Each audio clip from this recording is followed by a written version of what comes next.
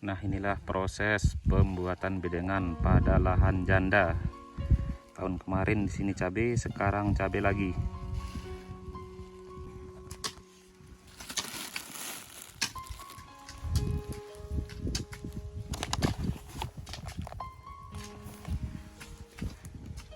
Pupuk dasar saya gunakan itu 15 kilo. Ini Sinar Bio kemasan 5 kilo.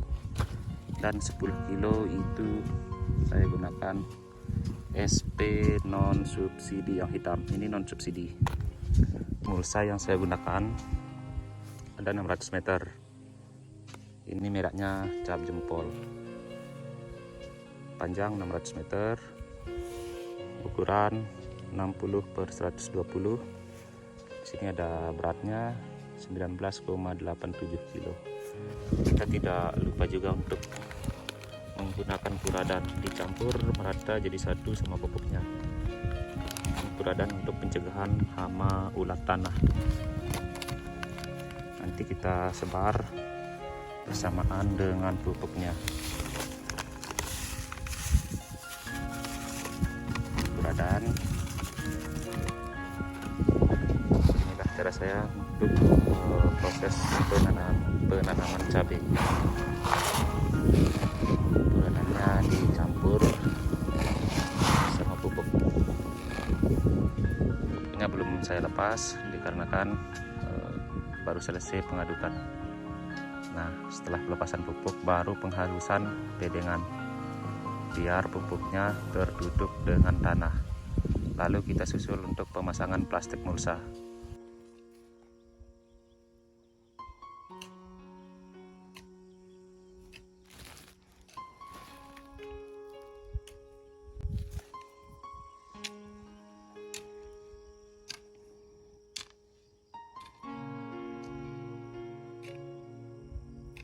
Nah, di sini berhubung lahan yang kita mau tanam itu lahan bekas cabai, atau bisa disebut dengan lahan janda. Nah, di sini itu yang harus kita perhatikan terlebih dahulu sebelum penutupan mulsa. Itu kita gunakan EM4.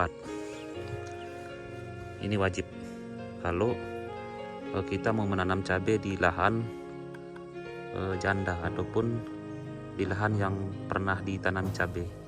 Di sini saya gunakan itu ada EM4 dan gula aren. Ini gula aren.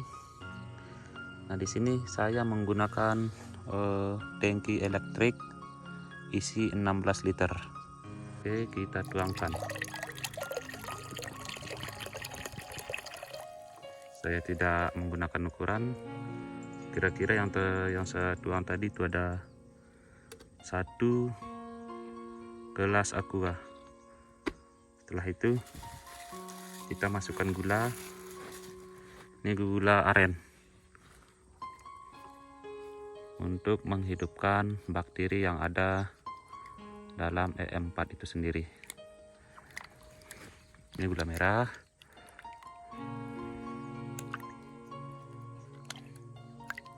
Jadi saya harus menggunakan EM4 sebelum penanaman dilakukan. Cabai kita tidak gampang terserang jamur fusarium dan tidak gampang juga terserang virus, karena sebenarnya virus itu juga datang dari tanah. Campur merata dengan gula, lalu kita masukkan ke dalam tangki. Kita tunggu 15 menit, baru kita lanjutkan penyapraian. Karena di sini kita menunggu bakteri baiknya aktif dulu, lalu disemprotkan ke tanah. Oke, di sini kita menyeprai EM4-nya. Kita hidupkan sprayer.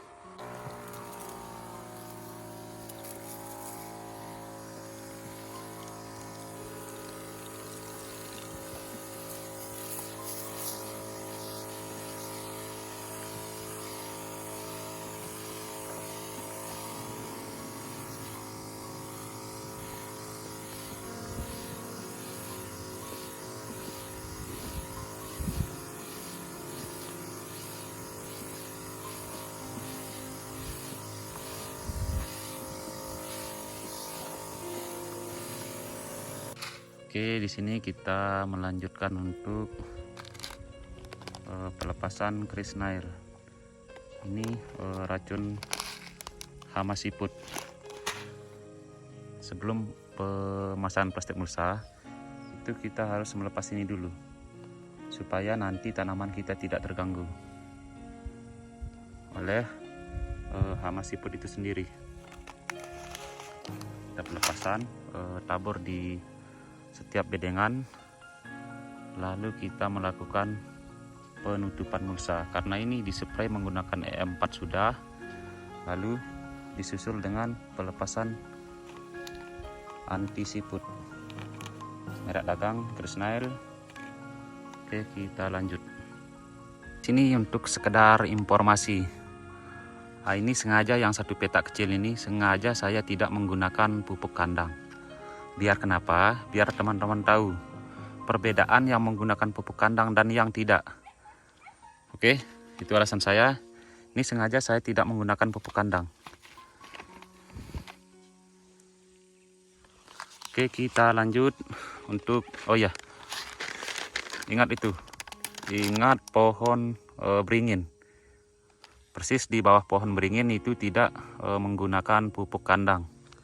Kawan-kawan bisa lihat pagar. Ini pagar ini paling ujung, ini paling atas. Tanah saya paling atas. Itu kita sengaja tidak menggunakan pupuk kandang. Nih, bawah beringin. Itu tandanya beringin dan pagar. Ini sengaja saya tidak menggunakan pupuk kandang. Oke, kita cek sama-sama supaya kenapa? Supaya teman-teman tahu dan kawan-kawan percaya. Kita gali. Nah, di sini tidak ada yang tertanam pupuk kandang.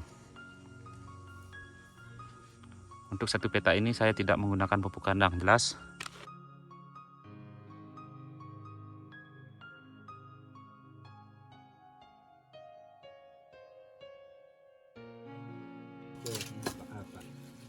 Belum di